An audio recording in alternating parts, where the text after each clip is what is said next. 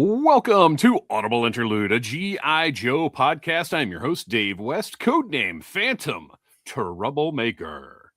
I'm your co-host, Noel Wood, codename Crapshoot. And I'm your okay? Yeah. What just happened? Noel just dried up. It's Noel's angry sailor voice. It's that Cappy from the live-action Popeye movie. And I'm your Cobra G.I. Joe intern, connection, right? who secretly was replaced by a photo of Yukon Cornelius, codename Legion Cub. We are here live on the Needless Things YouTube channel, where you can catch us mostly on alternating Mondays. But before we get into all that business, follow us wherever you listen to podcasts. The audio version of this episode will be available this Friday, wherever that is. Click that follow button, subscribe, leave us a 5-star review, and be sure you're sharing this show, whether it's the YouTube version, the audio version, or just share our Instagram or something. Anything that puts us in front of more people's eyes, that is the best way to help us grow. Follow us on Instagram at Audible Interlude Podcast. And while you're there, get yourself some merch. Go to those pinned stories. We've got shirts, cell phone covers, hats, shorts.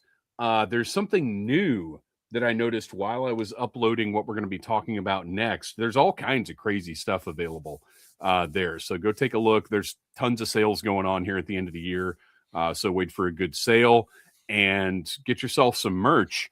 But you only have through the end of Christmas Day to get yourself the Audible Interlude Saves Christmas t-shirt. This is a high quality design by yours truly, featuring the Audible Interlude team teaming up with Santa to save Christmas. That is in the pinned stories at Audible Interlude Podcast on Instagram, or if you are in the Audible Army Facebook group, then you can click the link there and get yourself a t-shirt. I'm a big fan of this one. It's available only in select colors because I wanted to make sure it was seasonally appropriate. And as I said, available through Christmas Day, midnight, after Christmas, this will come down. So, and if you order it now, it should arrive before Christmas. TeePublic, if you'll notice, I'm going to put over our pal Brett White. Yeah, I want to real quick. I picked up, look at that. Robo Joe on a shirt. I am living a dream right now. I bought this and one other Brett White shirt that I will be wearing in the future. Everybody check out popheist.com and everybody appreciate Brett White and his contributions to the G.I. Joe fandom. I'm thrilled to finally have my guy on a shirt. But yeah, also go grab that Audible Interlude Saves Christmas shirt. Our next episode right here on the Needless Things YouTube channel, December 22nd, just a few. Oh, okay. Wait, throw up Yorktown Joe. Just as explanation. Just as explanation for anybody who hasn't seen this yet. So we are now broadcasting in 2 different aspect ratios on YouTube. If you are watching vertical tiny thumbnail version, leave that, and you don't want that one, leave that and go to the other stream, and that's the normal 16:9 aspect ratio. But it gets us shockingly better numbers to broadcast both aspect ratios here. I don't know what that's all about, but I don't understand anything about social media or technology. What I do understand is December 22nd, as Noel said. Noel, what is the occasion there? It's Festivus Eve. Festivus Eve. Maybe we'll air grievances. Not that I don't do that plenty anyway. If you listen to last week's episode, you heard some grievances. But yeah, December 22nd, just a few days before Christmas. We'll be having some fun here on the Needless Things YouTube channel. Please like, subscribe, share, and I will mention. Okay, I got some stuff. I got some stuff to talk about. I got wee little mainframe that people are very upset that he's short. Spoiler alert for my review, which goes up tomorrow. I couldn't care less. I never mainframe is not a character who had any kind of fixed height in He's my a head. computer guy. It makes sense that he's a little guy. I Yeah, thought we all loved the short king now. He right. says, as someone that's only 5'6". Yeah, I really dig this figure. So I got mainframe review is coming tomorrow. I'm still more bothered that Leatherneck is as small as he is, and nobody complained about that. No, people definitely you're just not in the right places, Noel. People were definitely complaining about that. Wetsuit, who overall I like. I got a couple little issues with him. One of which is unless I'm missing something, and tell me in the chat or give us some feedback if I am, he can't really hold this, which seems like a little bit of a flaw to me. And for anybody listening, I'm talking about his little underwater propulsion unit. It's too big for his hand. Yeah, it's very disappointing because I heated up his hand so that I could get it around it, but then I guess It the just comes plastic off memory is eventually. still as it cooled off, it still just shrank back, and I'm like, okay, well, who needs a water jetpack? Put it in his hand while it's still hot, and then it'll shrink back around it. And I no, it's because it doesn't go around it. The hand grip just is like too barely. wide. Yeah, I have not opened mine yet. Yeah, it wasn't designed very well. Hold on here. Friend of the pod, Rexship 85 says same. Can't get him to hold it either. Just stays plugged into his propulsion pack, which also doesn't work particularly well. I don't think I have even tried that yet. I had to heat it up for a full minute before I could get it to plug in. Lately there have been, overall, we're getting some great classified figures, but there have been some compatibility issues with some of the accessories and stuff that have been. I'm wondering too if while they've been apparently shifting some production locations around, if some things are being built in different factories, or the machines are not calibrated the way they're supposed to at this point. I don't know, but I was ready to accept this new design for that unit. Like, I was like, okay, it's different, but you know what? It's pretty cool. But then he couldn't hold it. And I was like, nope, I'm just mad about it all across the board. And then finally, my Thursday reviews for this week will be some Shadow Troopers from Lady J Toys. I really like these guys. I will give everybody a heads up. They stand okay at best. And they do not fit. Well, the red one seems to stand better than the gold one. I don't know. They're I'll just say this. They're ones that you kind of have to fiddle around with a little more than usual to get them to stand up, and they don't fit on Small Joe's stands. The peg holes in their feet are too small for Small Joe's stands. So I've got to figure out what kind of stands to use with these. Because as much as I don't like stands, you kind of have to use them for little guys. Wonder if they fit on these, which are the ones I got, the big Small Joe stands. You can get 4 of them on that thing. Yeah, you could. So yeah, I'll be interested to try and find some stands for those, and I'll keep everybody updated. But that's the reviews coming this week on the Needless Things YouTube channel. You will keep everybody posted. That was the pun. Well done. Last week's episode, we're back to segments. Kristian got to do his con exclusive dream set. We also did a couple segments about Bazooka. Had a lot of fun with that. So go check that out wherever you get your podcasts. And I mentioned December 22nd, an Audible Christmas will be happening. You see the banner on the screen. If you're watching us live, support us in the super chat. Anything that comes in, whether it's in the super chat or any other way, all goes back into production, hosting, and we are switching. I actually forgot to put this in my notes, so I'm glad this came up. We're switching hosting for the audio version of the podcast. I am moving away from Spotify for many reasons that many people may or may not be aware of, but I find Spotify to be problematic. So we're moving our hosting away from that. And I guess just to give it a little backstory, I signed up for something called Anchor because it was free hosting. They had really great tools to use. And when we started this show, I didn't know if it was going to go anywhere. So I really didn't want to, because Needless Things is hosted on Podbean, which is where the first couple episodes of Audible Interlude, like our test episodes, I guess, went up as part of that feed. But we had to have a separate feed for a separate show, especially once I decided this was the main show. So I moved away from Podbean and tried out Anchor, and it was great for a while until Spotify bought it. And that's when I started to have a couple of minor problems, but now Spotify's problems are too big to ignore.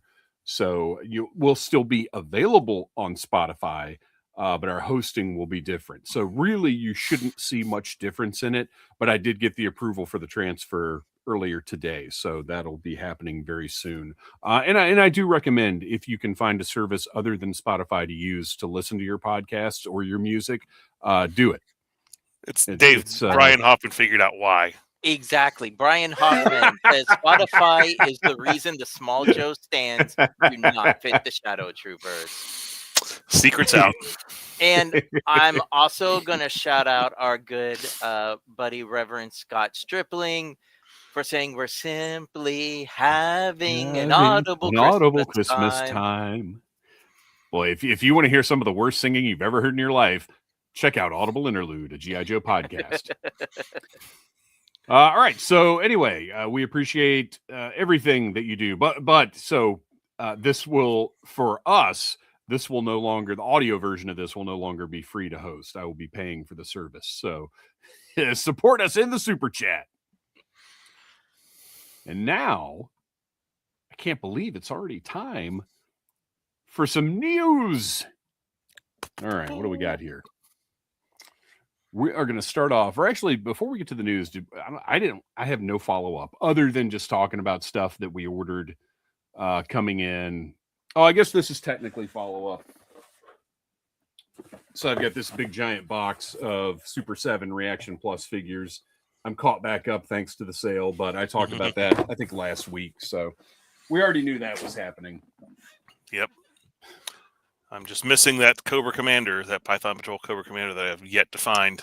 I found Duke and Python Serpentor in stores. Yeah, everybody in the chat, have you seen that Python Patrol Cobra Commander? I am like 90% positive I ordered mine through the Target app because I don't remember ever seeing it in stores at all. And it seems like that one's kind of elusive. I guess it's that Python camouflage. I guess that, well, and it's also reselling for more on eBay right now. It's still going for like $40, whereas the other ones are hovering around 30. Maybe they really just haven't hit stores yet. Like maybe there was a weird shipping situation where Serpentor hit first, even though Cobra Commander was supposed to be first. We've seen stuff like that before. But you know, I'll do something like I bought a Python Serpentor at Retro Toy Con for regular price, $25, and then I walked into a Target and there were like 15 of them, and they're cheaper there. They're $20 at the Target that I went to. Yeah. Well, Brett it's funny.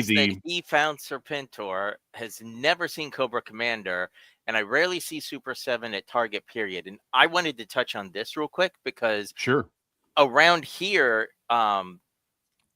in Orlando, at least I would see pegs for the Super 7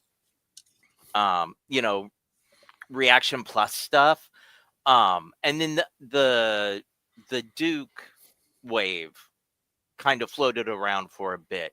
I have not seen any of the recent stuff. And my Target, when they redid the shelves for the holiday season, they don't even have a peg for the Reaction. Now, that could just mean that they are putting them in the, collectibles area, because at least the main Target I go to, that collectibles area it's just pegs. There's no price stickers. There's no rhyme or reason. It's NECA mixed in with Funko Pops. It's kind of a mess. But I'm kind of bummed that I'm not seeing the Reaction Plus stuff. on the shelves That's like I was. It's I the don't see a opposite lot. around me because stores that have not had the Reaction Plus in the last couple of weeks, I've started to see it showing up like 2 pegs Oh full wow. most of the time. Matter of fact, I saw the was it Duke Snake Eyes Royal Guard? Was that a wave? Or Yeah. was it No, it was No, the Duke was with oh, I can never remember. whatever Duke The was diamond. was it the first wave with Raymar Rimar. and who was Fluffy the and Royal Clever Guard? Girl. Who was the That Royal Guard was with? one of the Snake Jinx? Eyes. And Yeah, Wild Jinx. Bill. And was it? I don't know. I saw Jinx and Pythona the other day Jinx, in the store. Jinx, Falcon, Royal Guard, and another one. But anyway, they had Jinx and Falcon. They didn't have any Royal Guards, and I had not seen that wave in a store before. So I mean, I think stuff's just hitting a little weird. Yeah. So be patient. I did see the Steeler and Oh yeah, I saw that in the store. and Short Fuse I saw a bunch of 2-pack, those. which I haven't seen a regular classified figure on the shelves in Target, and I don't know how long. Everyone I go to now has Desert Scorpion, lots of him. Yeah. Lots of the diver divers. 2-pack. Yeah, and usually the police officer. Oh yeah. Once those divers go down to like $25, I'll grab that. Which I know. I hate talking like that, but that's the world we're in now. All right. So we got some news. First, we've got an update from our pals at Call Sign Longbow, the Kickstarter that, it's like all of them. It just takes time. So this is a production update with new samples. They had a meeting with their factory project manager, Dave Proctor, last week. He shared updates on the current batch of figures.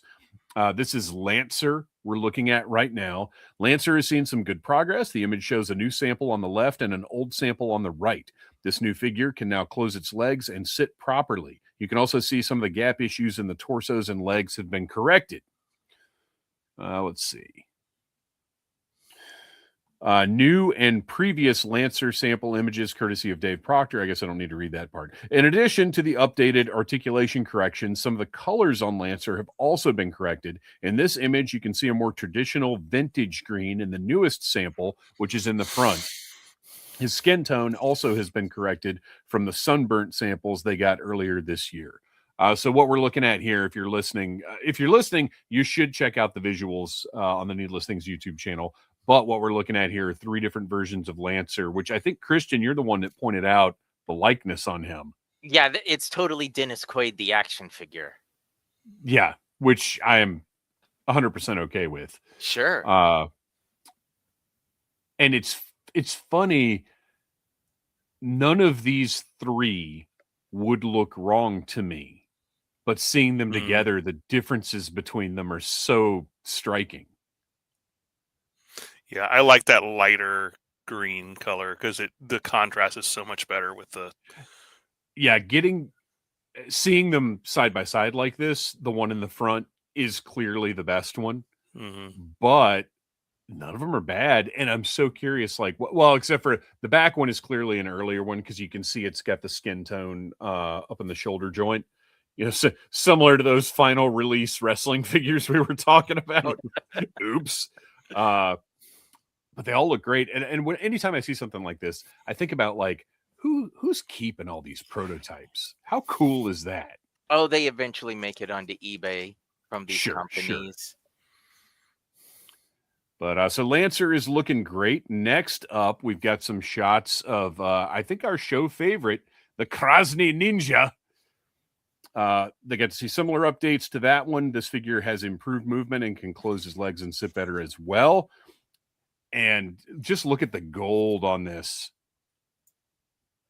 That is a beautiful figure. For anybody that doesn't know, this is a Soviet Ninja, which was a mind-blowingly obvious concept that we just hadn't seen before. There's still some deco corrections for these 2. For example, the eyes are too thin right now.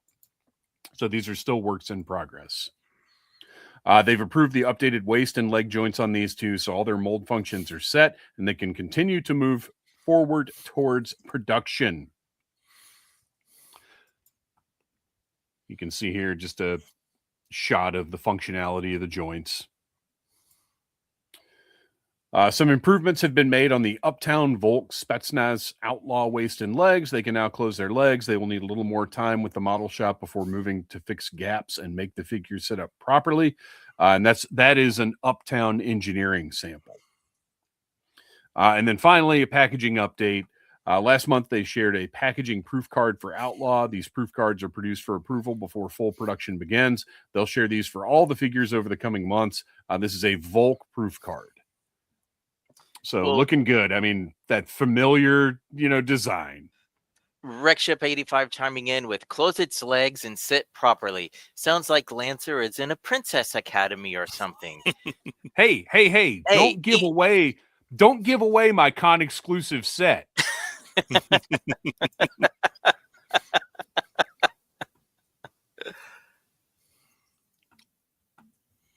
Sorry, what were you, Kristian? I was just going to say good manners are never out of fashion, even for the military.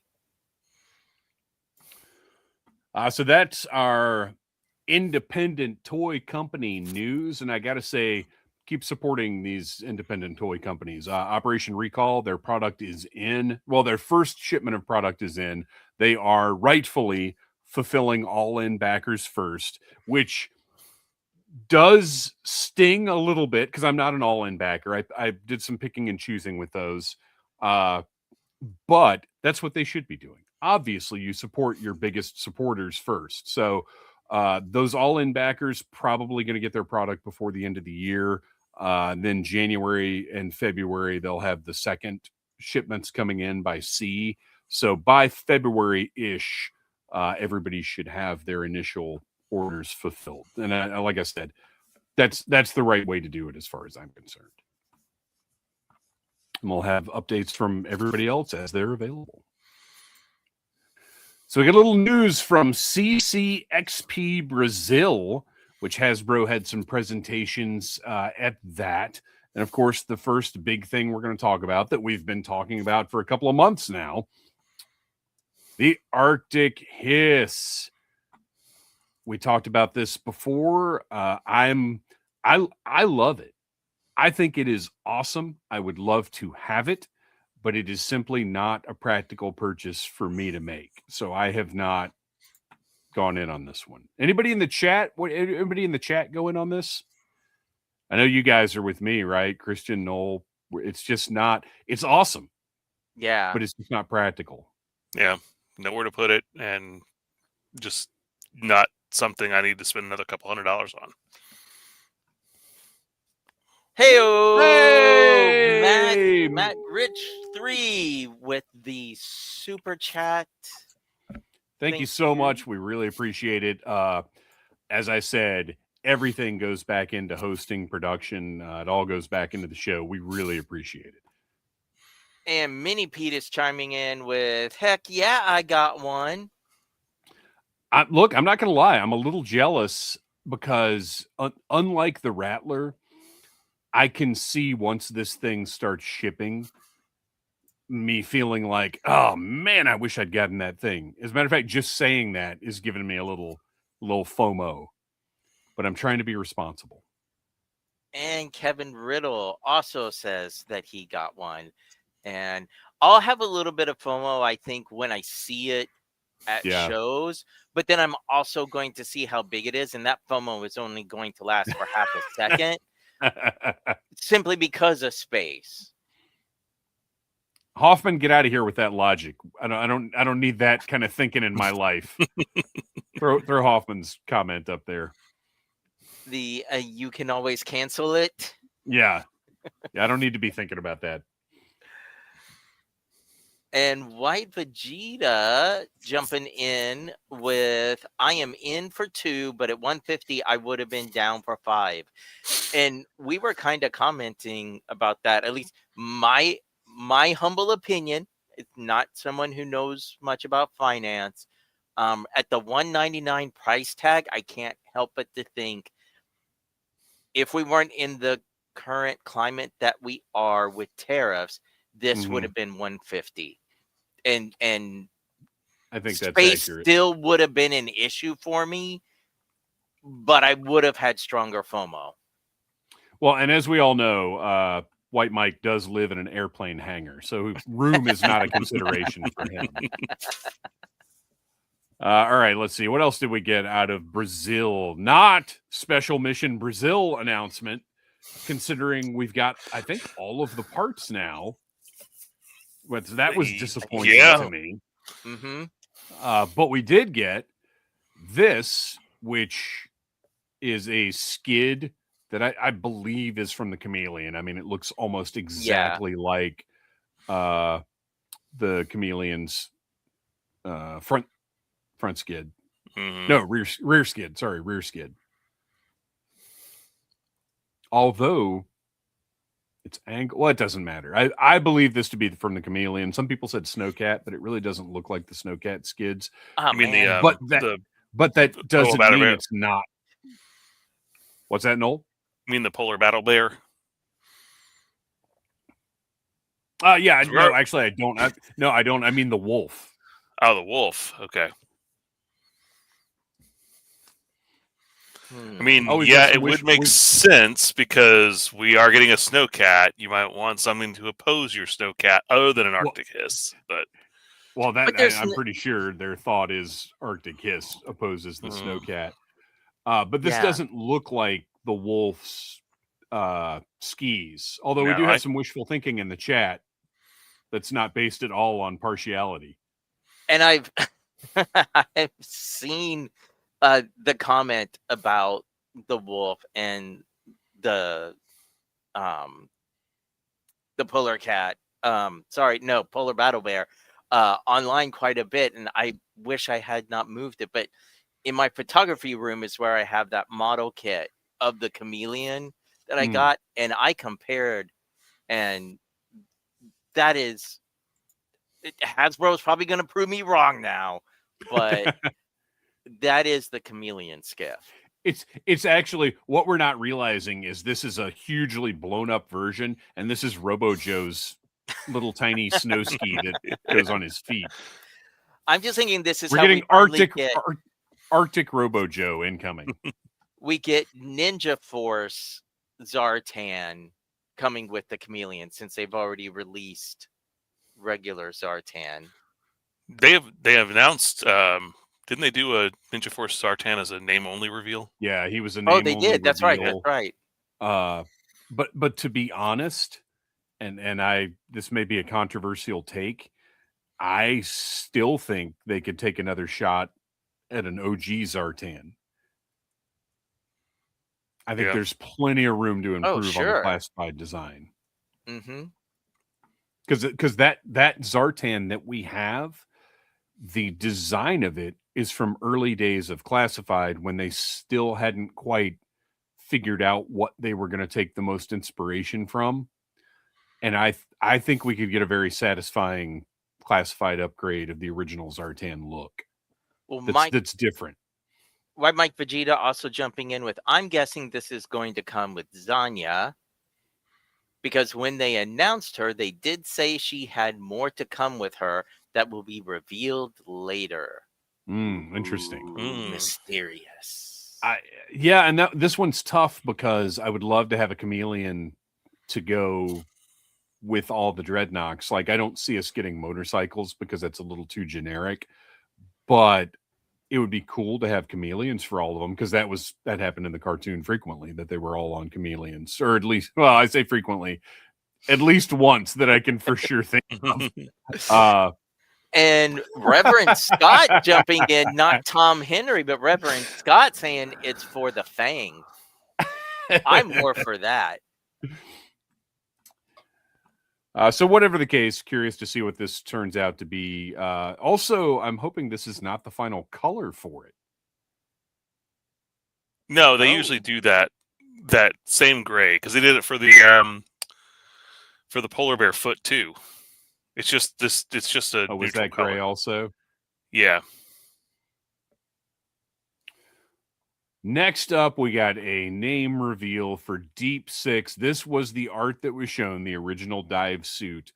And my little wish for this is that Deep Six's dive suit is the size of the snake, just to upset all the people who are like, that dive suit is stupid. He should be in just a sweater or regular torpedo gear or whatever. I see this comment so much. And I say, plus this thing up, make it a huge dive suit. I want it to be Deep Six in the sweater, and this is just, and you have like the original dive suit that just like clamps on like a Transformers Pretender. Yeah. Yeah, but I want it to be as big as the snake. But yeah, even in this image, you can see he's got his sweater on underneath. But yeah, we've talked about this since the show started, is being curious as to how they would execute this. And while I don't actually want it to be as big as a snake, I would thoroughly enjoy the reaction if it is.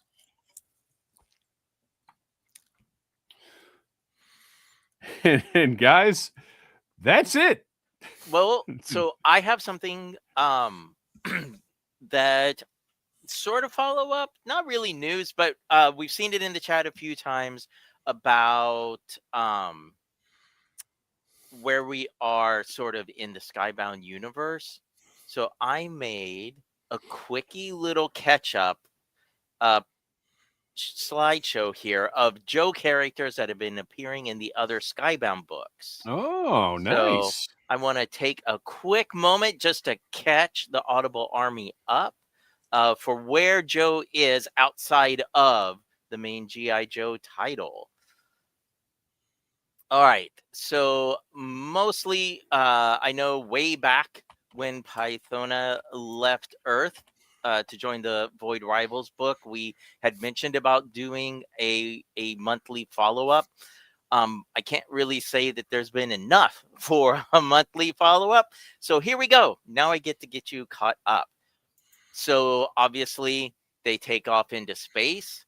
What we learn in the process is not only is the Cobra Law Royal Guard armor alive, but there is this mythology that armor is also what keeps them alive. It is such a symbiotic relationship that if the armor dies or they are without it, that you are as good as dead.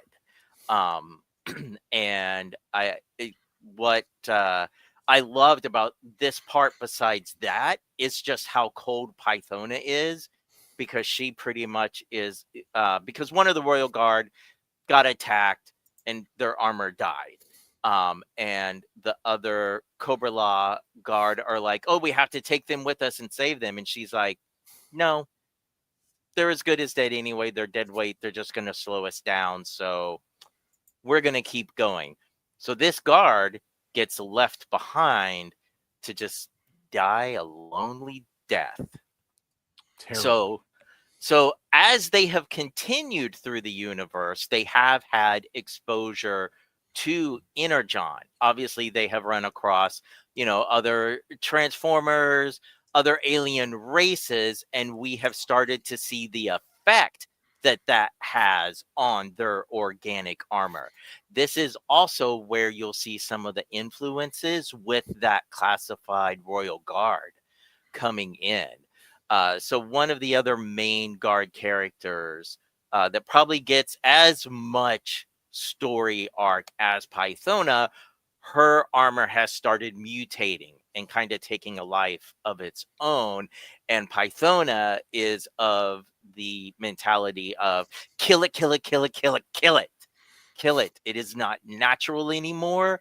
But because you have this symbiotic relationship, what does that mean for this other guard? And where are we going with this story, basically? I'd just like to let the Audible Army know Kristian did not notify us that this was going to be a bunch of spoilers either. Oh, sorry. Spoilers for comics that are over a year old. We're catching. This isn't over a year. What you're telling us right now is not over a year old because Oh I'm caught yeah, up to Void Rivals. this is like issue 16, 17 of Void Rivals. Hmm. I'm That's not a going, year ago. oh man, it feels like it. It's all this previous year, I guess. So they continue their trek through the universe, and we end up with a little catch up on the planet Junkion, where we just so happen somehow or other that Cobra Law Royal Guard that was left to die has ended up on Junkion and met up with Rekgar, who is offering to rebuild his armor. And as the guard points out, it's not organic, but then again, what does that mean anymore? Because obviously now we know Royal Guard can survive without their biomechanical armor. And I like the thought of them turning him into some kind of motorcycle monstrosity like Nightmare on Elm Street 5, the Dream Baby. And eventually Pythona ends up on Quintesson. And who does she run into but everyone's favorite Transformer survivalist, but Wheelie. And much like the Baroness, Pythona is really good at getting information out of people. And I will say, this is the one aspect of the story that kind of let me down. I feel like all of the Skybound books have been so good about building, and with this aspect, we get a tell don't show, because we literally have a panel of her like, tell me everything, and then the next panel is, so that's everything. Okay, now I got it. But yes, Wheelie is the Jar Jar Binks, unfortunately, of the Skybound universe, and has told Cobra Law basically everything they need to know about Energon, the Autobots, the Decepticons, the war, how to defeat them. So now she is thinking it's probably time to do something with this information. Just in time, I believe the previews for the upcoming biggest story in Void Rivals is going to be the war on Quintesson. So we shall see if Pythona stays to be a part of that. But yeah. And then over in Transformers, if you weren't keeping up with that, um, so going back, we have had multiple appearances by Doc. And Doc apparently, from what we have gathered, because again, they haven't shown us any of this, but Doc got assigned to this specific area where they were holding on to certain Autobot prisoner, because Doc has seen some stuff in wartime, and he is suffering from a severe case of PTSD, and like no longer has steady hands. So there we see that he has been assigned to guard Ultra Magnus, who Flag is feeling that whatever it takes to get information out of him, any type of torture, dismemberment, experimentation. And I love that panel of Ultra Magnus just begging, because you always think of him of like, this big tough Autobot, and the army has him pretty beaten. And Doc, we see going with that pacifist background, he's not cool with this, and Flag pretty much lets him know it's either this or we can find something else for you, and whatever else we find for you won't be as nice. So Flag very much in these earlier Transformer issues is anti-robot. Like, very, very much I want to take out all the Transformers I can. So in the newest issues of the mainline GI Joe title, where they keep talking about Chicago, I wanted to show you all. This is what was going on in Chicago. So the Decepticons staged a massive battle. You had both Onslaught and Devastator having a battle to see who could kill the most people and destroy the most. So Chicago is getting leveled. That's why when they say that they had sent Stalker and the crew to help with the cleanup in Chicago, this is what they were talking about.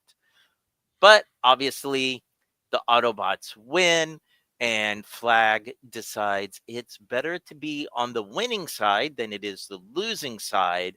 So his personality is done like this 180, where he wants to partner up with Optimus. And I love this little build up here because he's like, hey, I want to take you back to the pit and show you some things that might surprise you. And while I'm not going to show you that, dear listeners, I want to show you who they run into in the pit and is part of the U.S. military, Miles Mayhem. So we've seen Matt Tracker obviously in the mainline Joe title, and now we have Miles in the Transformers title, and all of this obviously is part of the build up to what has already been announced and previewed for post Dreadnought's War. But I'm gonna leave all that announcement stuff alone until we finish our reviews of the Dreadnought War. And that's that. So I went and looked, and I'm way further behind in Void Rivals than I realized. That what you were talking about was December and January and February. That's that old. I can't believe it's been that long since I've checked back in. I basically got through the first 12 issues and have not gotten back to it since then, which is crazy to me, but it's been a year, hasn't it? Yeah, well, and Void, of the 3 books, Void Rivals has been the one that has had some sporadic lateness, at least where I get my books. So that's kind of understandable. But folks, I cannot recommend the Skybound universe enough. Like I've said in our top 10 thankful things, you don't have to read all 3 of these books to understand what is going on. But if you do read all 3, you get all these little nuggets and characters from all the different properties kind of spread throughout. So it just makes for a more enriching experience. Well, and as much as we love the Joe stuff that we've been reviewing, the Void Rivals comic was actually the one that kind of delighted me the most. I guess because the main story of it is something that's so new and different and fun, but that it's incorporating these elements we know. But like I said, there's only so much time, which will come back in our sound off segment as a recurring theme of there's only so much time. Yes. Well, cool. Well, we've got one more. First of all, thank you for that recap. It was very cool of you to put that together to get everybody kind of caught up or let everybody know, hey, we should check this stuff out. And I will say Void Rivals gets my highest recommendation. Transformers also gets a high recommendation, but, plan your time wisely. So we got one more little thing that I want to mention before we go, and that is his time is now. I do feel like we have to mention John Cena's last match is this Saturday night on Saturday night's main event. I think it's very cool that it's free, that you don't have to pay $30 to watch it. Is that true? Because I'm pretty sure they only stream them on Peacock now. They don't air on but NBC. you can get regular Peacock, like with ads and everything. I think it's free, isn't it? I don't know. I know whatever. I'm not paying for Peacock, but I know I can watch it. I know I'm paying for Peacock until they finally move all the NXT pay-per-views off of it, and then I'll be done with it forever. But at the very least, it's not $30 to watch the match. But yeah, I mean, look, John Cena is somebody who for a long time, I did not appreciate. I did not enjoy. I felt like he was ruining wrestling. And I haven't necessarily changed that opinion of that period of time, but I have come to respect, I guess, the hustle, loyalty, and respect. The fact that the guy has stuck by WWE for so long, the fact that he has, I would say, eclipsed Hulk Hogan as the best known wrestling name of all time. And certainly in ring, the number of legendary matches he has had, significant matches he has had, I don't think anybody can hold a candle to him. Yeah, I would say that the "you can't see me" catchphrase is more famous than anything Hulk Hogan ever did at this point, because everybody makes I don't see anybody in this picture jokes on the internet now. Right. So yeah, I mean, he has earned the title they've been using, greatest of all time, the last real champion, which is wild to me that WWE will actually say that, because to me that's a commentary on how meaningless the championships are now. Especially after Roman Reigns held it for like 3 straight years. Well, but see, to me, that means something. Right. But I'm saying, like, there's so many championships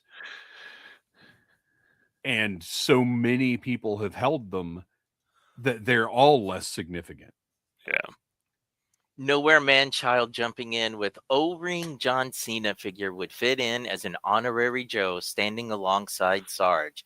And that's exactly where I was headed. I don't see WWE ever losing the John Cena license, but potentially in the future. We've seen all kinds of collaborations out there, and I think John Cena would make a great Joe. We've talked about that before. You got this Mattel, Hasbro synergy. Maybe they work something with WWE and do a little license crossover. Who knows? Yeah, absolutely.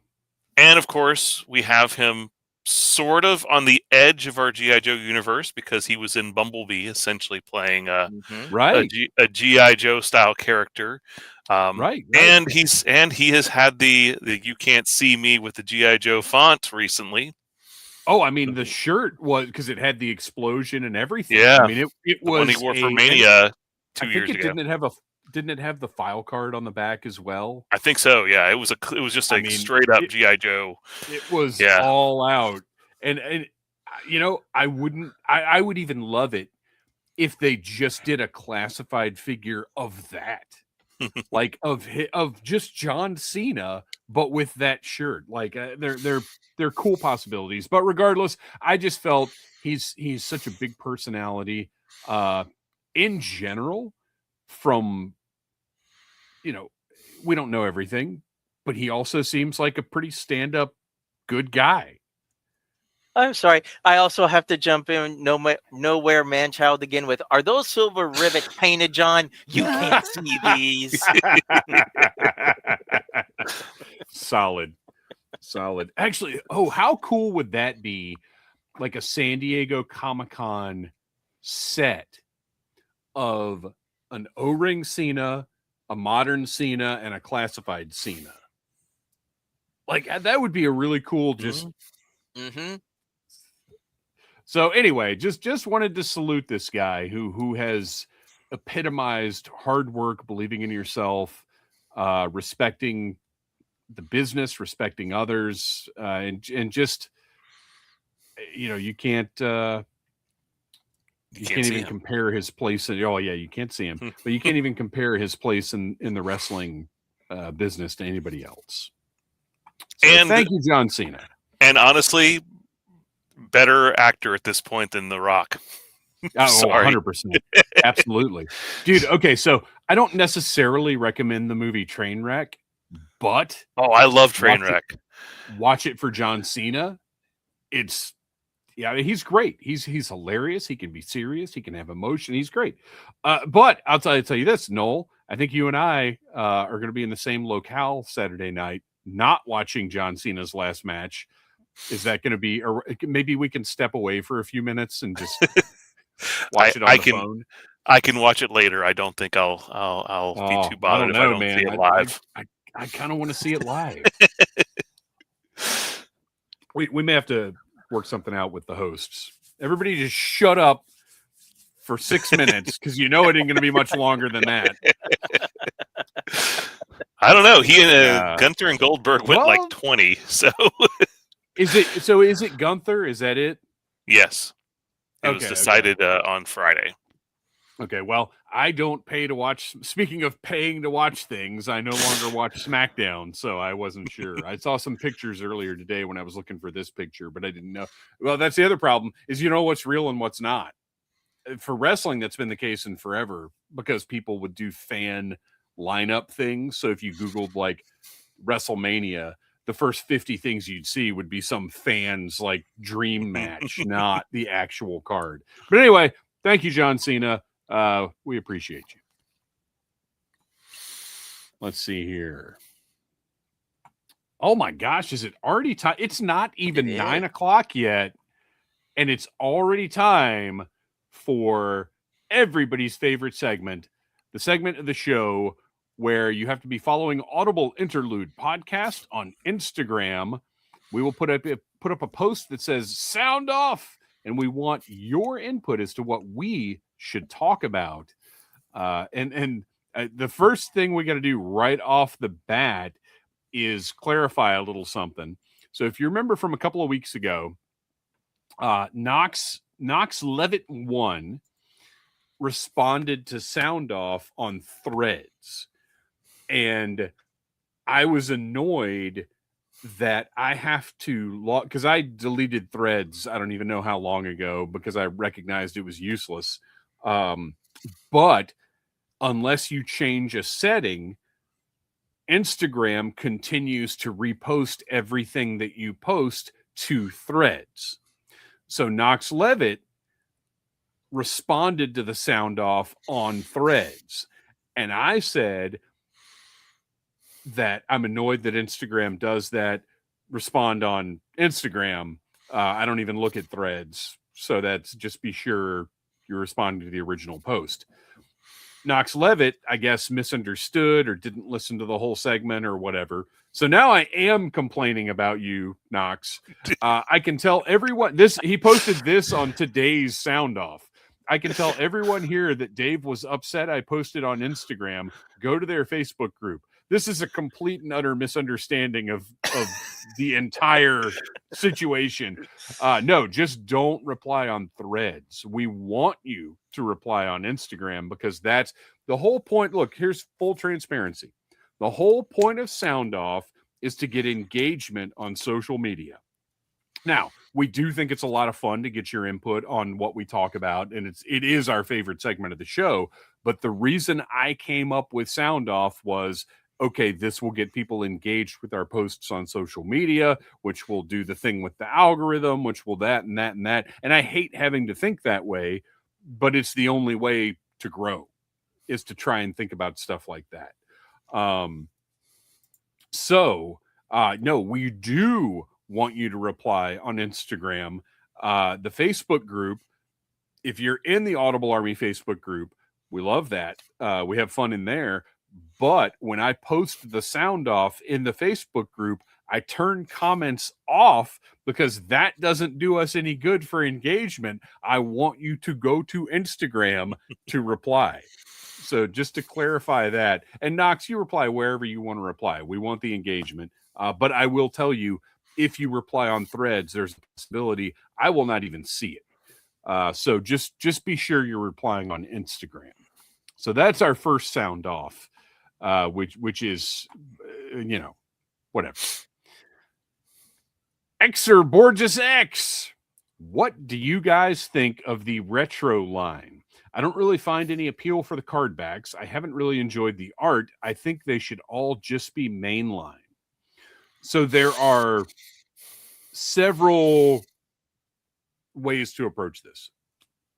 As far as the card backs, no, I think we can all agree that in the retro card back line, which is funny because that's the name of the line, but there's really not a lot of appeal in the card backs. It's not like Super 7 stuff where they're recreating the original card back. They have artists doing the new art, and to revisit something that we've talked about on the show, yes, all of those card backs from Super 7 are original art from original artists. It's not AI. That's all been explained and debunked and whatever else.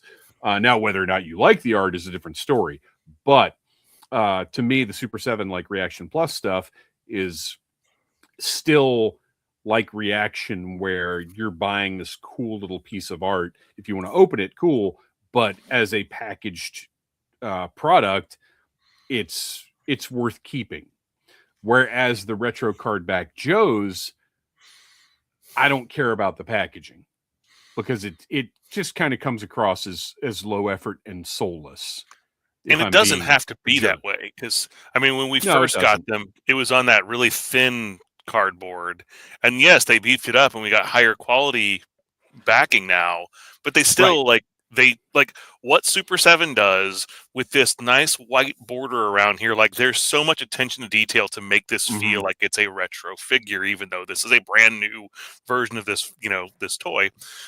They could, like, Hasbro could spend like very little money and effort to go and do that, and they don't. And I don't understand why. But I mean, I like that we're getting different figures, and that's the key. Is it's not about the card back. It's about two things. One, it is advantageous for any toy line to have multiple SKUs available to retail. That's something that's been talked about. Again, I direct everybody to galactichunter.com and 16bit.com. Adam Paulus is somebody who's been dealing with the toy industry for 30 plus years now. He has so many incredible insights as to why things are the way they are with the toy lines that we collect. His focus is Star Wars, but his lessons apply to everything. And it is advantageous for any line to have multiple main SKUs like that. So when Target is looking at G.I. Joe Classified, if they have a mainline offering, I apologize, Buddy is losing his mind upstairs. I don't know if you guys can hear that or not. He found out Santa's coming. He's very excited.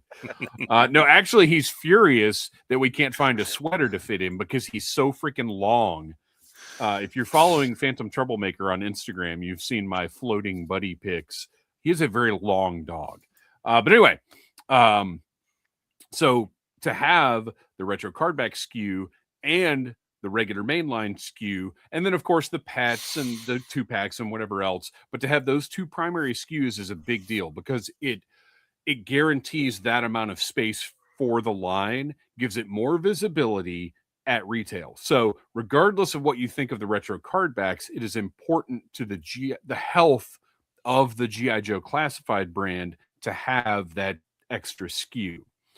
And then beyond that, it's the opportunity for them to go back and redo figures because that's mostly what they've been using it for. Now, some have been redone more extravagantly than others. Obviously, Retro Cardback Duke and Scarlet are standouts as ones that they really revisited the concept and delivered what we wanted.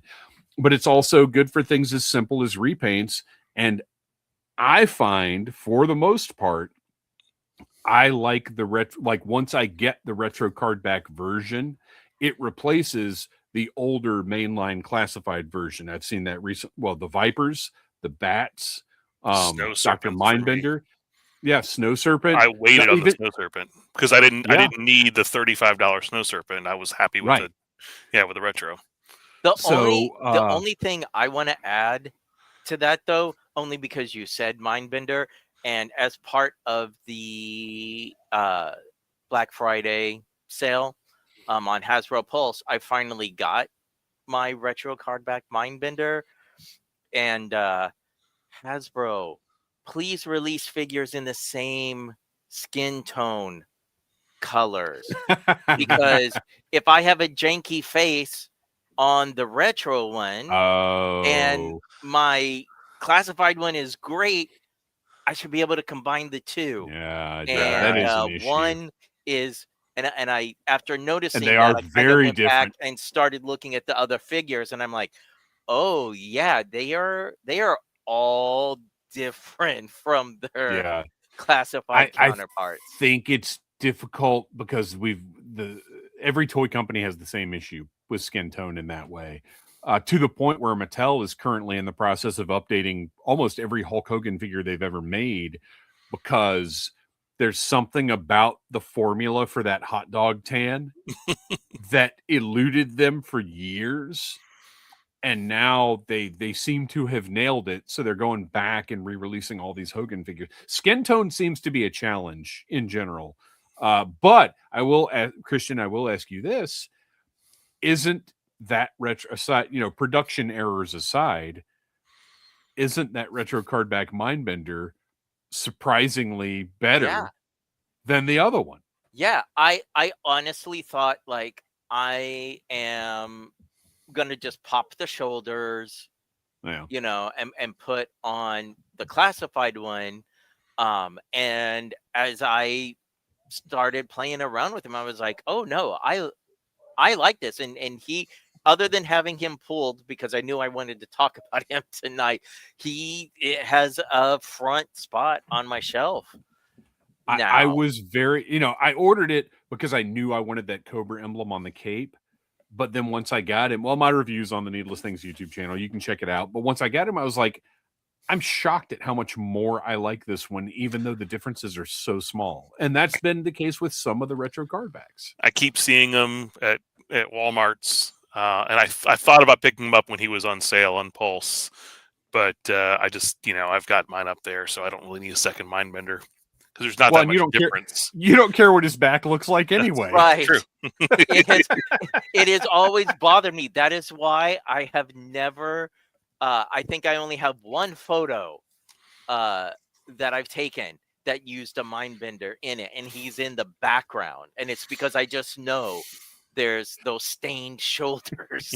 Oh, yeah. Yeah, and that's the other problem. But the main answer to this is because it's important for classified to have those two separate SKUs. That's the main answer. Well, and it is also healthy, and this sort of ties into, I want to bring up Jason.Electric 1.0 says Retro Baroness is my favorite. So these lines are also important because there are certain characters that you think of when you think of specific toy lines, right? Like main villains, main heroes. You need to have those characters available. Yeah. So having a retro line, part of the bonus is we get something that looks more authentic to its G1 look, but this is a chance to put out Duke again without just re-releasing classified Duke.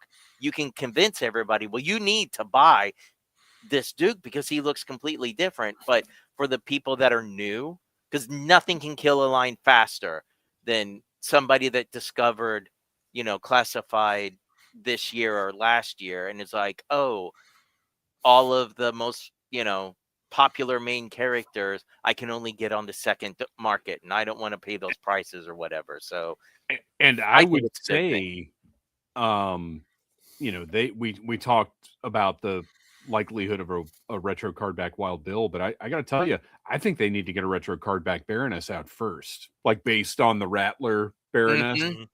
I think they need to get to work on that because she's, as we've talked about for years on the show, she's one of the most critical characters in G.I. Joe, and you want her. Honestly, I would say you want her on pegs once a year, but clearly we're in a different kind of cycle.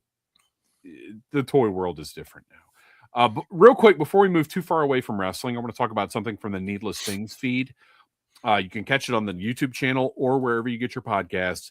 I just did an interview with Jonathan Davenport, who is a graphic artist who designs wrestling. Well, he does lots of things, but one of the things he does is he designs wrestling gear. He has designed gear for Bailey, Johnny Gargano, Ricochet, and you will most likely know him as the designer for New Day's gear. Some of the most iconic gear you've in the history of wrestling. Had a fantastic conversation with Jonathan. Everybody, please check it out. He will be appearing on Audible Interlude soon. He will be appearing again on the Needless Things podcast soon. He is a great, great guy. Follow Davenpoe, Davenpoe on Instagram to check out all of his designs and the stuff that he's getting up to. Just could not have been a nicer, cooler guy, and has had a hand, again, like I said, to go back to wrestling, has had a hand in the face of professional wrestling for the past almost decade, I believe. So check that interview out. It was awesome, but you'll be hearing more from him soon. All right, next up, Sneezy the Squid, our pal Gary from the Dragon Con American Sci-Fi Classics track. Oh, throw up Starfighter. Yep. Starfighter says, I watched a video on Cody Rhodes and his rare Masters of the Universe collection yesterday. Of course, his wife hates it. That would be an ex-wife in my house, but yes, Cody is a huge Masters fan, and that's one of the things we talk about in the episode is the fact that Jonathan designed Cody's gear for Survivor Series. If you saw that, and Cody's team reached out to him because they were such big fans of his work, and you can hear all about that on that episode of the Needless Things podcast, so check it out. All right, Sneezy the Squid, who is the best Joe? And Gary always gives us these really fun thought exercises, and I appreciate him for that. Who is the best Joe and Cobra to get as your Secret Santa, to get as your person to buy for, and who are the worst? Cobra. Fa la la la la la la la. I'm very sad I did not think of Cobra fa la la la la la la la la before.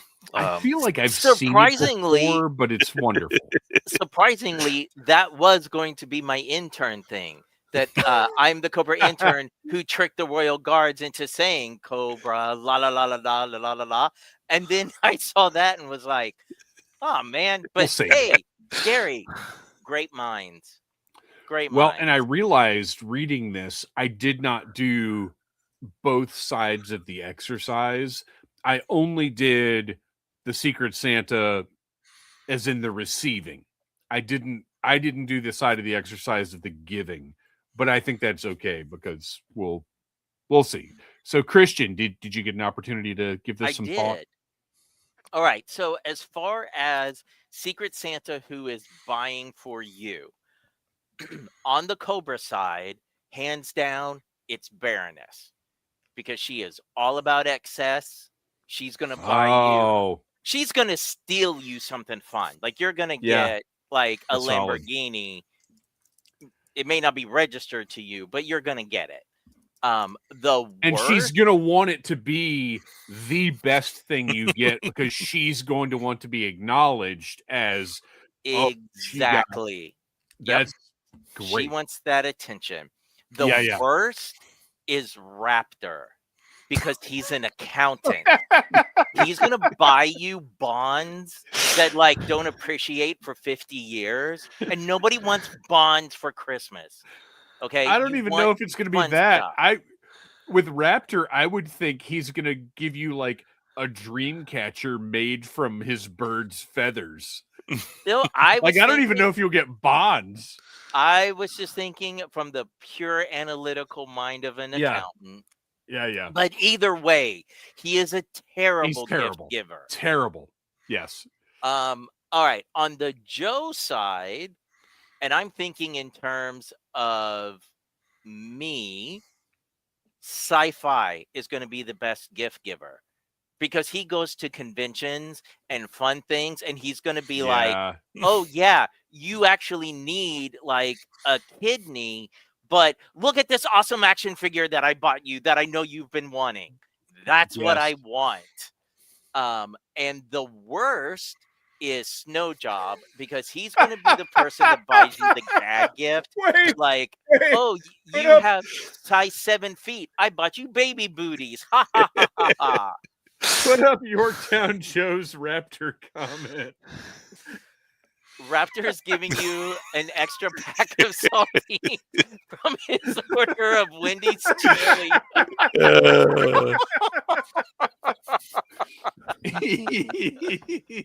Oh my God, that is great. We don't have a no prize here at Audible Interlude, but if we did, Yorktown Joe would get it tonight. Okay. Oh, Kristian, I'm sorry. I totally, that destroyed my mind for a second. I'm sorry. To buy 4 on the Cobra side, Xandar, because he's so ignored. You could give him anything, and he's just appreciated to be seen. And on the Joe side, it's going to be Thunder, because he likes loud things. He's the sort of person that you could walk into Walmart and buy, like, now that's what I call metal, volume 32, and he's going to love it. So, easy. So I only went with receiving, and I went with the best Joe to get something from, I think, would be Mainframe. And here's why. Think back, if you're of our age, think back to your childhood, and one of the coolest gifts you would get, whether it was the weird variant Shockwave or like build your own radio kit, I always loved the like weird gift from Radio Shack. And Mainframe would be the guy to get you that weird thing from Radio Shack. So I would love for him to be my Secret Santa. And then from Cobra, I picked Headman for obvious reasons. Party favors. That's what he's going to give you. Well, our Reverend Scott agrees with you on one of those, because he said Mainframe got that 5 terabyte media player hookup for you. That's right. Here's what Mainframe, because I'm thinking back in the day, but 2025 Mainframe is going to get you like a Zune clone with 5 terabytes of space, which is the best thing. Because I'll tell you right now, way before James Gunn made him known, I was a Zune guy. Noel, you can verify this. Oh, yeah. Zune was it. And I was heartbroken when my Zune freaking went out. I've still never recovered. All right. Wait, so, Tom Dodd Henry says that's the most self-employed comment I've ever heard.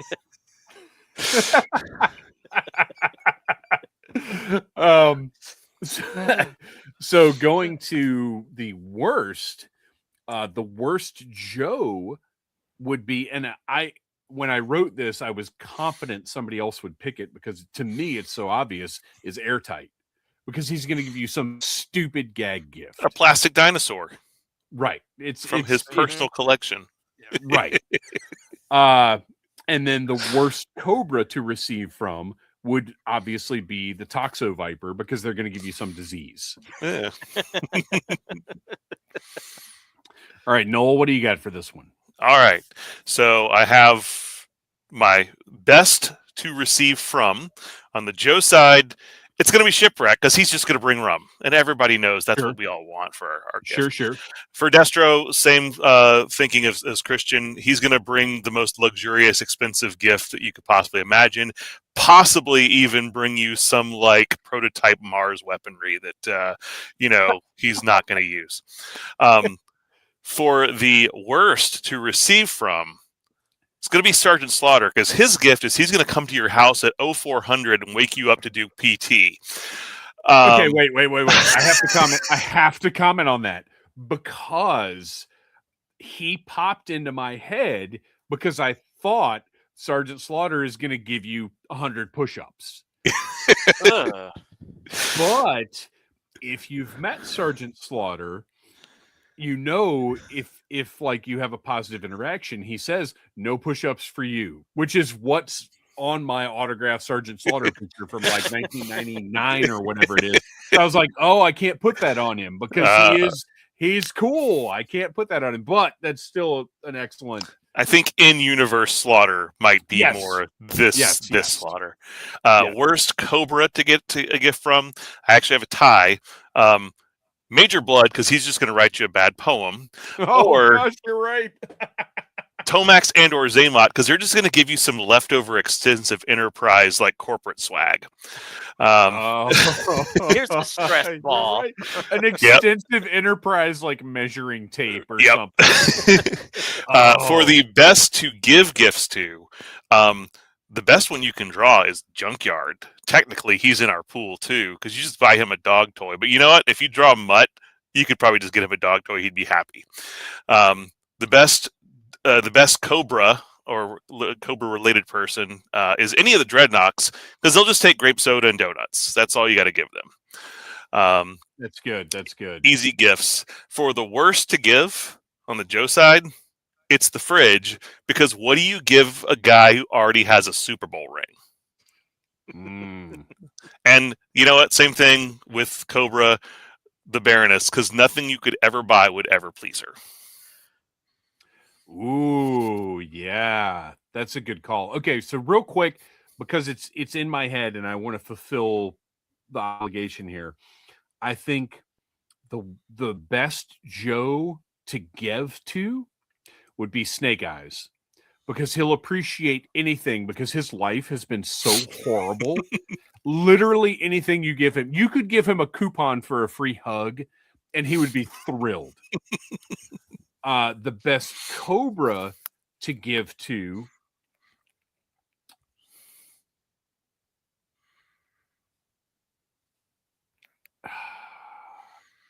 I think I'm going to go with, only because we've recently learned of his horrible, horrible demise, would be Thrasher.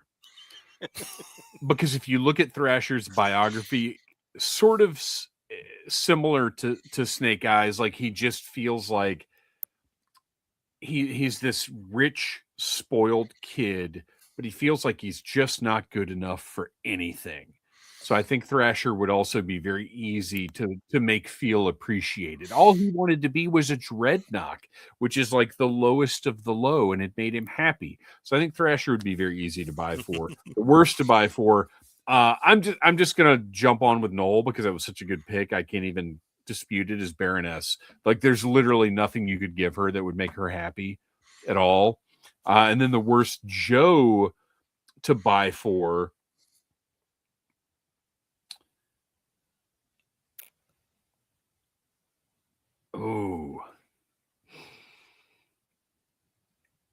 would be Sergeant Slaughter, because no matter what, he's going to yell at you.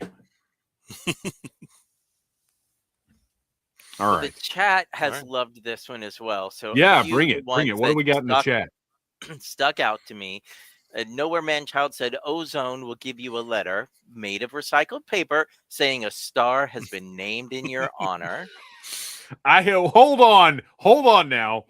I've given that as a gift before. Me personally, I don't think that's a bad gift. So I think that one goes either way, because some people will. The donation has been made in your name to the Human Fund. Yeah. Money for people. You know what? Wait, stop. Yep. Hang on. Real quick. Do you know what truly the best gift would be? A donation has been made in your name to Audible Interlude, a G.I. Joe podcast. What a gift that would be. I'm sorry, go ahead. Yes, Brian Hoffman chimes in with blowtorch because he wants a pork chop sandwich, but there's no guarantee you'll get one. Also, Nowhere Manchild, because this one took me a moment to get some chia heads in mason jars for Gung Ho and Leatherneck. And Reverend Scott says Bazooka would like anything, I think, and based off of last week's episode, I would agree, especially ice cream bars or fudgy bars specifically. if you got Junkyard and then at last minute got switched to Bazooka, I don't think it would matter. Squeaky. All right, moving on. Yorktown Joe. Looking ahead, are you more excited for Classified or the various producers of the O-Ring resurgence? Thanks for keeping the fun going. Okay, so this one actually hurt my brain a little bit because we're going to have to talk about it because I don't know. Traditionally, my answer would have been I'm more excited for smaller scales because as much as I've got this giant collection of Classified behind me, I always have felt that G.I. Joe needs vehicles. However, nobody's making vehicles. Now, Delta 17, we do know, is making the Chinook helicopter at some point. But it's not like we're getting even one vehicle a year. Like, it's just not in the current economy. It just, you can't. So it's not like either scale is really getting vehicles like I want it to. I mean, if anything, Classified is getting way more vehicles than any of these lines. This is a tough one. What do you guys think? I don't know that I have an easy answer for this. For me, so historically, I have been more like excited for Classified. We're starting to get to the point in the line where, first of all, the prices are going up. There's fewer characters that they're being released that I want or need in my collection. I mean, honestly, most of those characters that I really wanted when this line began have been released now, because really, I mainly want those 82 to 87 figures, and most of the ones that I want that were on my wish list, I've got or have been announced.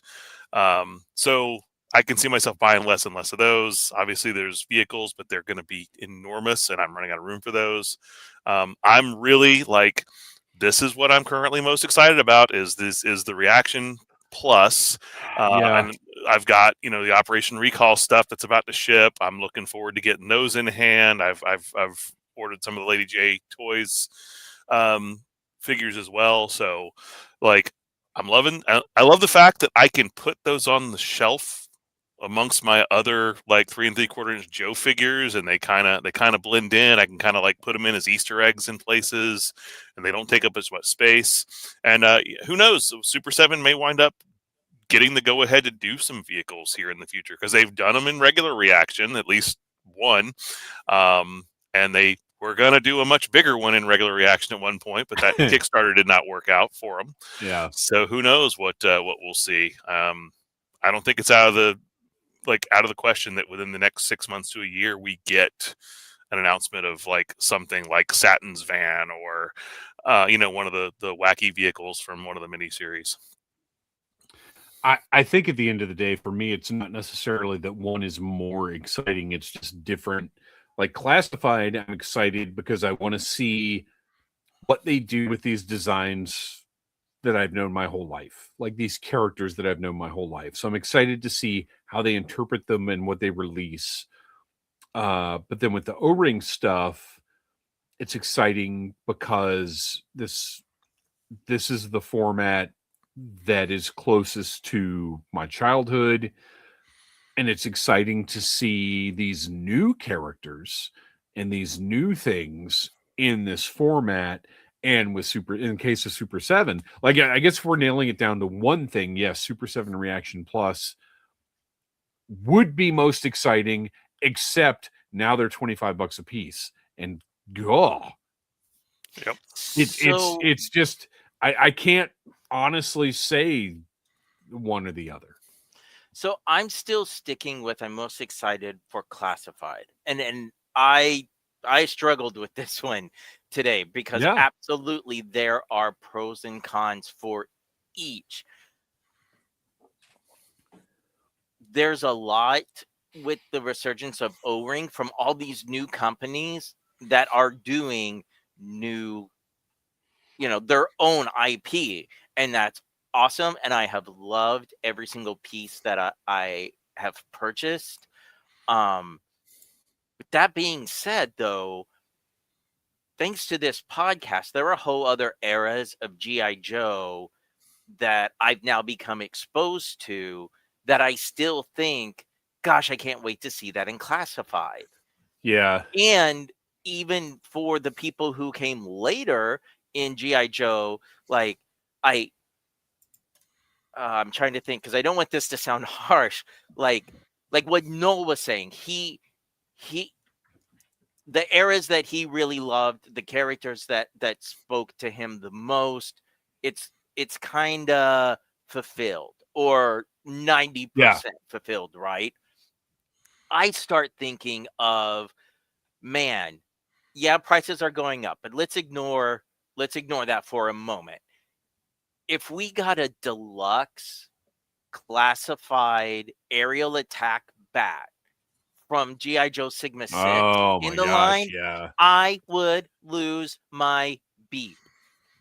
I think of characters like Dart or the Valor versus Venom Ripper. And Dude, I know Scalpel. this is Scalpel and the Cobra and Medic, like, and this is going to sound silly, but again, Bomb you guys Strike. should know by now. I love some of the sillier concepts, but I want a bullhorn in this line. I want them to start giving us some of these figures from I'm still excited to see that in Classified.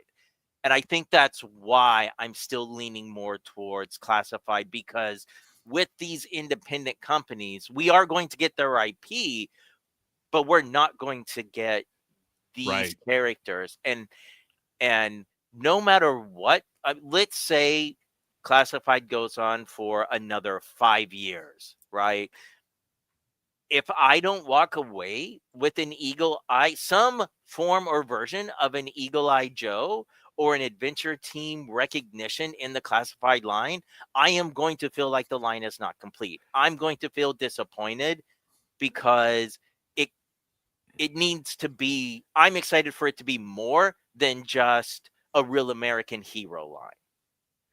So, to address a couple of things that you said, one, the various producers of the O-Ring Resurgence, unfortunately, one of the factors that is unavoidable is production time. Most of these Kickstarters have been around for 4 years and have undelivered product. And I'm willing to wait. I'm happy for them to make sure the product, just like we were talking about with Call Sign Longbow earlier, make that product great.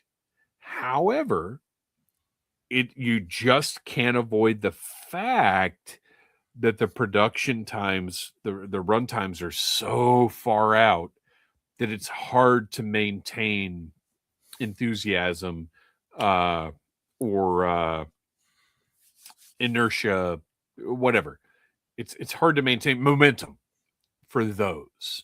Whereas with Classified, what's next month? What's the month after that? What's 6 months from now? Like, we know to an extent that they're going to keep delivering product at this regular cycle, and that there may be Adventure Team, and there may be an Invader. Who knows? Who knows what's coming? Although I will say this, Fresh Monkey Fiction had a heck of a teaser last week about potential. Look, I'll just say this: Adventure Force, LFG. Mm-hmm. Oh yeah, there you go. There you go. Like Mike Vegeta says, what do you think of the new Big Bad Workshop Adventure Team style figure line revealed in Toy Figure Magazine? Exactly what I was just talking about. That gets me excited. You know, yeah. I mean, yeah. I love my. I know they had to change the name, but the Super Joes, the White Elephant Toys, was putting out. I still want to see these characters in Classified. It doesn't change anything. So I'm thoroughly thrilled to get what Big Bad Workshop does. But I still want to. Oh, go ahead. if in the next two, because obviously whatever Fresh Monkey Fiction was teasing, because it was essentially that the most recent example of what they were teasing was Diamond Select did a Joe Colton statue of him fighting this giant snake. And that's essentially what Fresh Monkey Fiction was teasing. However, the earliest we're going to see that is like 2028, right? So if Fresh Monkey Fiction beats Hasbro to the punch, I know, and I love Classified, right? But I know Fresh Monkey Fiction's release is going to be better than anything Hasbro could ever release. So I don't know that I need that Joe Colton versus Giant Snake if Hasbro decides to do it after I already have the Fresh Monkey Fiction version. There's so many variables here, it's just tough to say. Absolutely. All right. But great question. Next. Yeah, great question. Next up, Silent Interlude. Ooh, maybe this has been covered in years past, but what was your best Joe Christmas?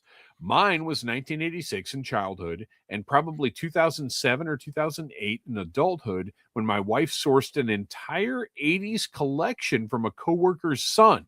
Joe, Star Wars, Mask, and Indiana Jones. It was fantastic. All right, first of all, Silent Interlude. We all recognize your little humble brag about your cool wife. Good for you.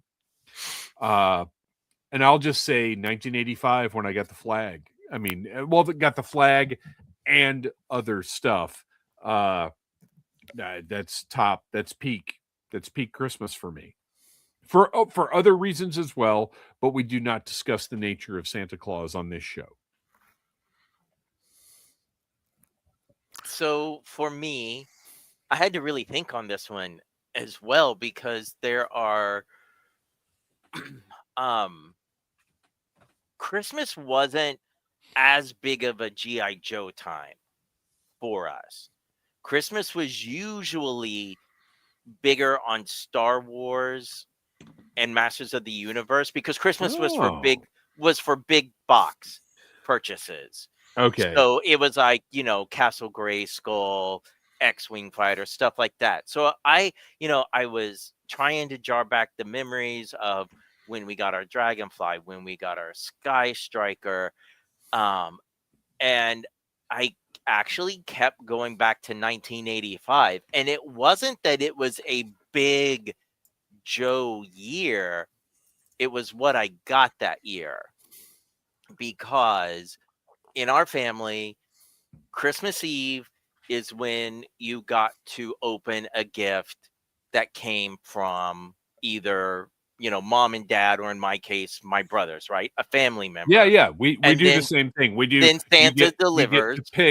You get to pick one wrapped present, which is going to be a family present on Christmas Eve. Right. And so there are certain things that I wanted in 1985. And especially in my head, had already developed play patterns for getting these figures. So on Christmas Eve night, I unwrapped the Droids action figure Jan Tosh, which at the time was my absolute favorite Star Wars character. And why am I mentioning him? Because on Christmas Day, I got his, at the time for my play pattern, I'm sorry. I've just looked this figure up and wow. It's early Kenner Star Wars. It's not, you're not buying it for the figure, but his presence in the droid cartoon, I thought he was the second coming of Han Solo. Well, I mean, he was. That was his intent. And who in G.I. Joe is also Han Solo in Young Legion Cub's eyes, but Christmas Day opening up Shipwreck. Yeah. And getting those two characters, like Shipwreck Christmas, hands down, best G.I. Joe. Nice. Mine I want to say it was the first year I ever got G.I. Joe for Christmas, which was 82, and I got Zap, Flash, a Cobra Officer, and a Vamp. But when I just think of like my biggest windfall year for G.I. Joe, I never got a flag. I never got a terror drone. Biggest thing I ever got was the tactical battle platform. But in 86, my grandmother decided to go over the top and spoil me that year, because I got the Night Raven, the Tomahawk, the Conquest, the Triple T, and the Thunder Machine from her. Like, Ooh, that was like, yeah, and I'm pretty sure my parents were like, "Don't ever do that again." Yeah, right. There must have been some kind of dispute between her and your parents that year. Like that, because I think back to my own childhood and I can almost track times where Granny was trying to show up my parents. Mhm.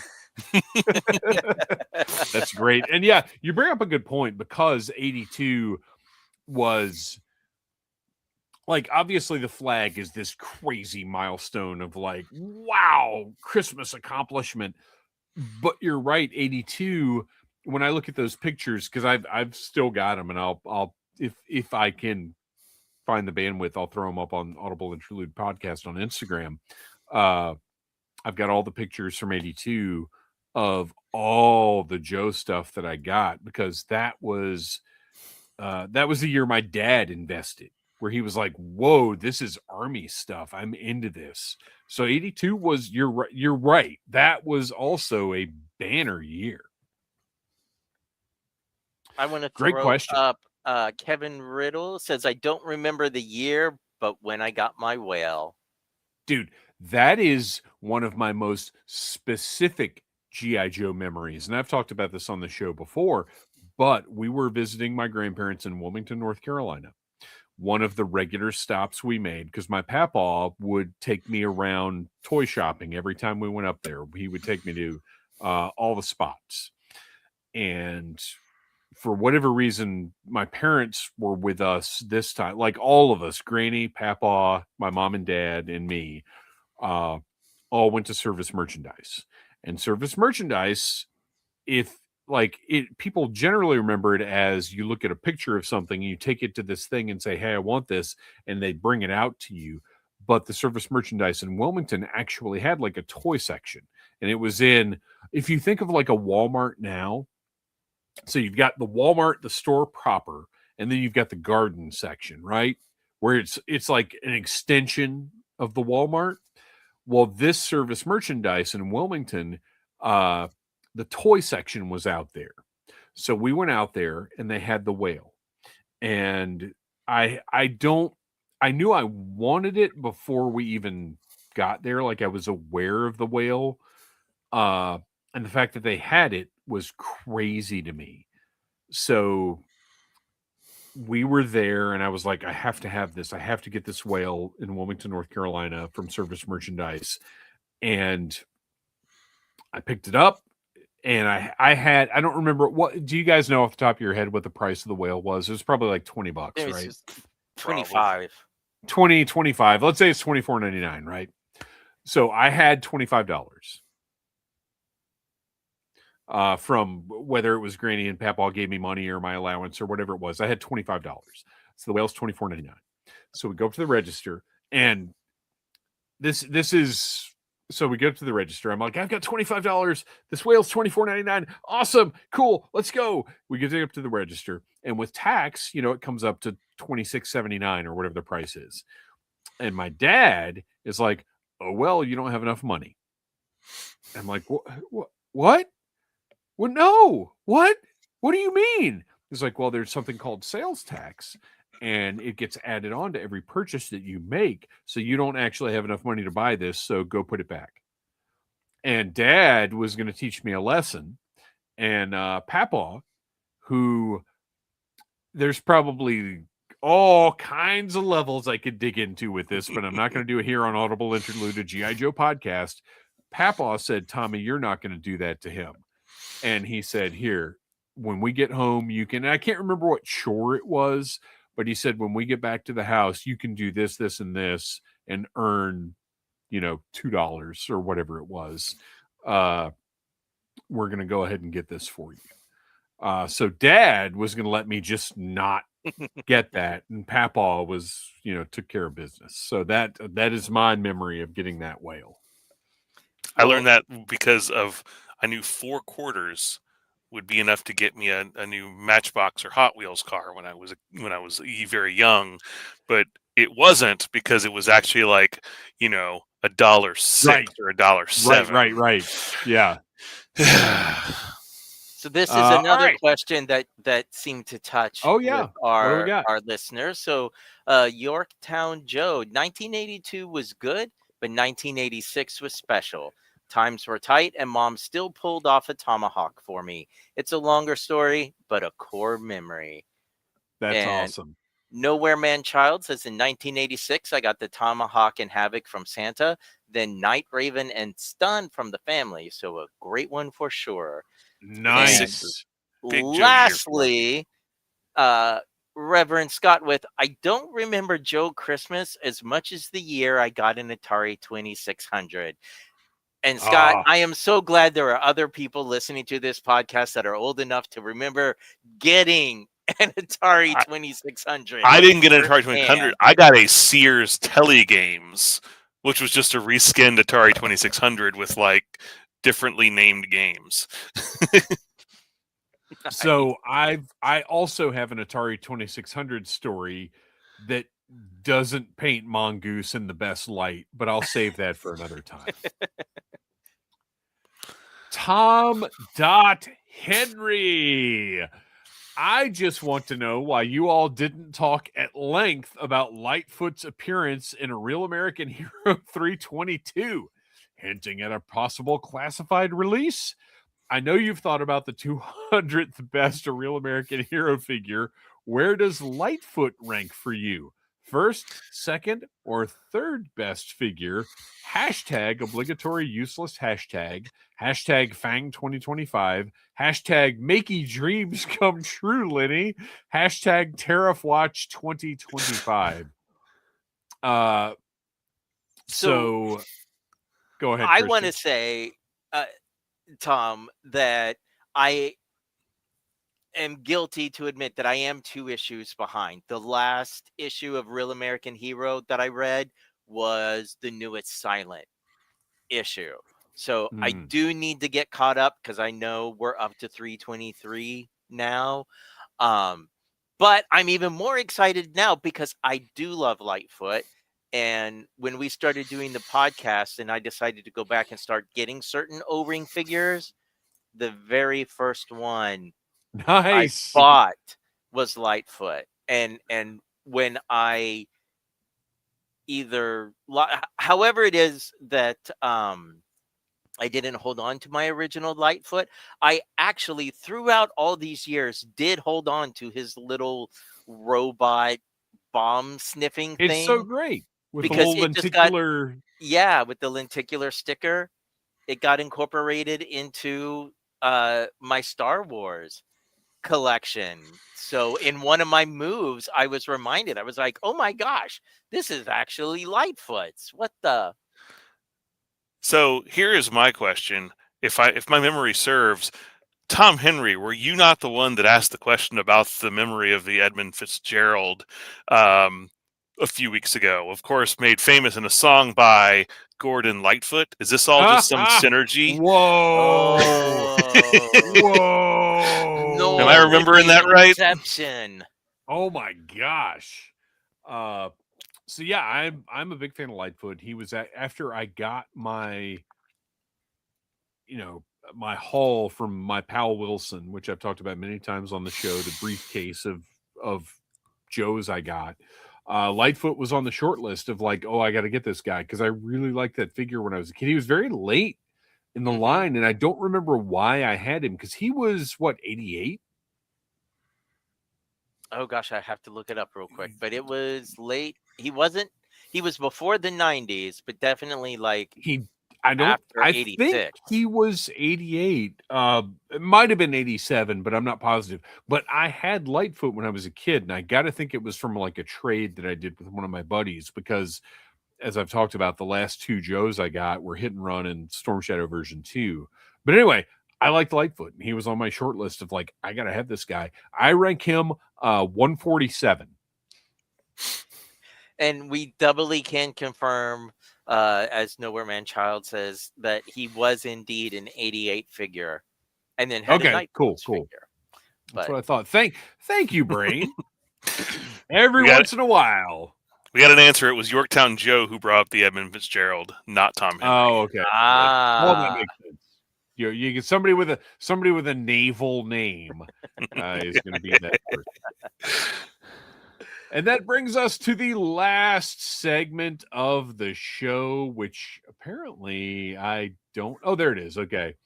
Joe and Tell, where each of us gets a little bit of time to talk about something G.I. Joe related that we may have gotten recently, or maybe just brings up a fond memory for us.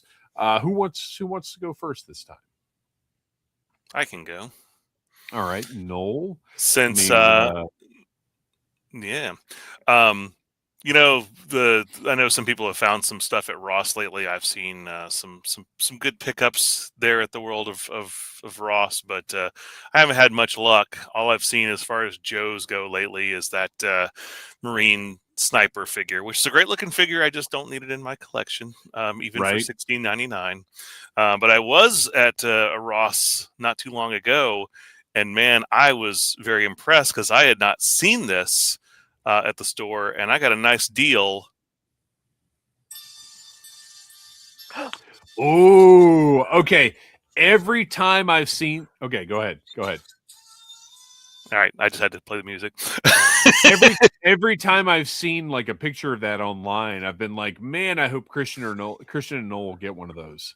Yeah, and so I got it for $15. I think the original retail was $30. This is by Culture Fly. It's not made by Hasbro, but it's of course obviously officially licensed. But it's a very nice little piece. Nice, like sturdy vinyl comes off of the stand there, so you can do your little open, damn it, do your Robert Stack impression if you like. But yeah, I was like, oh, that's great, and it displays so nicely down in my basement. So I'm very happy to pick this up. There's another one that came out that's a little bit bigger and it's got the light in it. But I mean, I'm happy with this.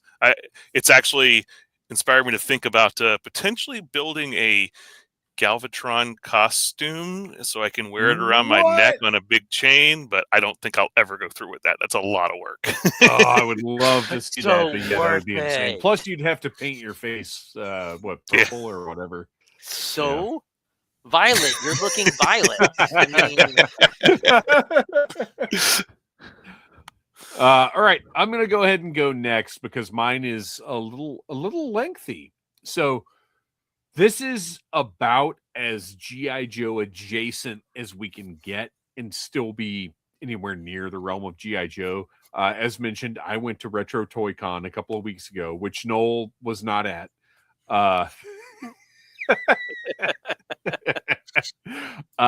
And for the first toy convention in years, there were 2 sellers that had a ton of Battle Beasts. And I picked up some Battle Beasts, which, if you know, are directly Transformers related, which makes them G.I. Joe adjacent. So I'm just going to run through my pickups here.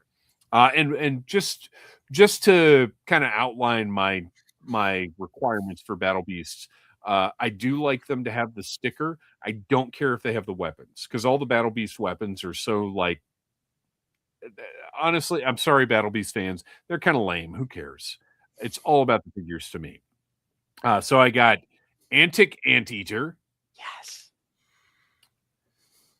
Bloodthirsty Bison, which I got home and found out I already have a Bloodthirsty Bison. So this one will be going in the sales bin.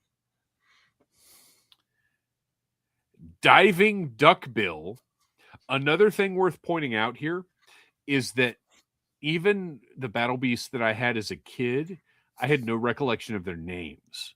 So going to figurerealm.com to look up the names of these characters, and I got to tell you, a little disappointing. Not the best name in the history of toys. So Diving Duckbill. Killer Koala.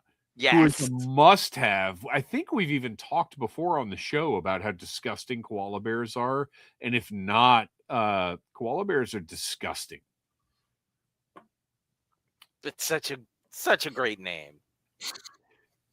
Pillager. Well, okay, wait. And we talked about crossovers earlier in the show. I would like a Battle Beasts WWE crossover where we get a Killer Koala ski figure. All right. Sorry. Pillager Pig. Tarsier Tyrant, which I wasn't even sure. Him. I knew this was like a real animal creature type thing, but I didn't know what the heck it was called. Again, figurerealm.com is a great resource for this kinds of stuff. Triple Threat Snake, which I have to say is probably the worst name of any of the Battle Beasts because it's not even alliteration. They were just literally like, well, it has us 2 snake arms and a snake head, so it's a triple threat. So and I hated that one arm is twisted like the opposite direction of what it should be. Right, like this arm is so off-putting. Yeah, it drove me crazy. Yeah. And then finally, War Weasel. Yeah. Which I did not recognize as a weasel, but just thought it looked really cool, so I bought it. I wish I had bought a bunch more, but it's just unusual to even see Battle Beasts at a toy show now. There was a seller that on Sunday, yesterday at the Conyers show that had some. I should have. But what I realized, here's the mistake I made. So, as I said, I do like them to have the sticker. Now, having said that, in my history of collecting Battle Beasts, I have never even attempted to use the rub off and find out what they are. And often they don't even, well, this guy's water. My anteater is water. But I realized the other day when I was kind of cleaning these guys up a little bit, I should buy just bottom dollar, no rub off Battle Beasts and just get some glossy black paint and just paint the little square because I don't care. Well, most of the Battle Beasts I have, I've never used the rub off. So, if you do, listeners, purchase Battle Beasts that do not have the rub signs, Toy Hacks has got you covered. And they, yes, are actual rub signs. They used to have just straight up like, water, wood, fire. But a while back, they started doing the actual heat sensitive rub signs. So you can purchase them. Mm-hmm. Interesting. Okay. Well, now I probably just lost all the deals that I used to get on eBay for Battle Beast. Well, and now I'm never going to see another Battle Beast at a convention again, so it doesn't matter. All right, Kristian, what you got? All right. Well, we've mentioned FOMO a few times today, so this story kind of goes back to Noel and this year's Joe Fest. So there was a certain vehicle that Noel got a really good deal on, the Cobra Adder, because Noel was telling the story about how there is this one person in the fandom who goes around and buys every single adder that they can get their hands on. And it is a vehicle that I've always, like, in the back of my mind, I've been like, oh, I want to add that to the collection one day. Same. It was never like a major eBay search. It was one of those, I want to see it at the con kind of vehicles. But there's a person that I recently bought some loose figures from, the ones that came a day late from our last live stream. Anyway, when they messaged me, it was like, hey, I have these Cobra adders. I've got 2 busted ones, and I think this one is complete. Or you can take the 3 and make a complete one. Really, really good deal. And I was like, yes, I don't care. Name your price at this point because I have to buy this before this person Noel knows finds out that there is another Cobra adder Nice. in the wave. So I finally have one. It's, man, there's not much to it, but I think that's what makes me love it so much. It's this nice, simple, giant rocket vehicle. And I know we joke kinda, not really, about not needing more vehicles in classified, but that's so simple. I would take that. So yeah, thank you, Noel, for making me feel like, if I don't do this now, I will never get this opportunity to add it to my collection. You had to add her to your collection. Yes. Oh, Noel put the FOMO on you. I really enjoy that. So this is wild. We had really no news this week, but thanks to the Audible Army, thanks to the folks really giving great input to Audible Interlude podcast on Instagram, we've almost hit 2 hours. We're going to hit 2 hours. This is unbelievable. This is what community does. This is what Joe Fandom does. And I just want to thank every single person watching this or listening to it for contributing, because this is how we do a show every week. I truly appreciate every single one of you. Check out Brett White and Pop Heist. Get yourself a killer Robo Joe t-shirt. Noel, tell us a little bit about The Finest. The Finest is an international G.I. Joe costuming club raising money for our wonderful charity partner, Canines for Warriors. Check out thefinestcc.com or the Finest Recruitment Center on Facebook for more details. And Kristian, where can we find that toy photography you do so well? You can find me on Instagram and Blue Sky under the name Legion Cub. Our music is by Andy Samford of electricminnowmusic.com. You can follow us on Instagram at Audible Interlude Podcast, and be sure to follow the Needless Things YouTube channel. Like, subscribe, share. Our next live episode is December the 22nd. Put it on your calendar. Until then, yo, Joe.